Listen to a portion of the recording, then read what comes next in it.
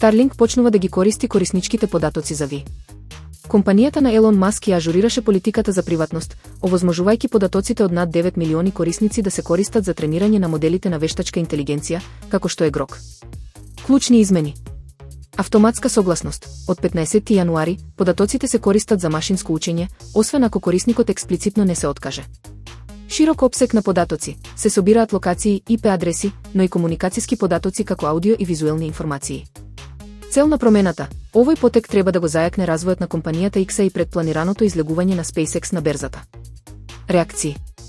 Експертите предупредуваат дека ваквата нејасна политика отвора простор за масовен надзор и злоупотреба на личните информации, бидејќи нема прецизни ограничувања за нивната употреба. Џејмс Веб пронајде нова најдалечна галаксија. Вселенскиот телескоп повторно ја помести границата на видливото, откривајќи ја галаксијата МОМС-14. Нејзината светлина била испратена само 280 милиони години по големата експлозија. Клучни факти за откритието.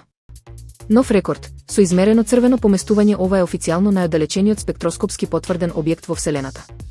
Карактеристики. Галаксијата има диаметар од 240 светлосни години и во неа се одвива исклучително интензивно формирање на нови ѕвезди. Научно изненадување. Нејзината светлина и сложениот хемиски состав, висока застапеност на азот, ги тераат астрономите да ги преиспитаат теориите за тоа колку брзо се формирал универзумот. Заклучок. Ова откритие докажува дека првите галаксии се појавиле многу побрзо отколку што мислевме.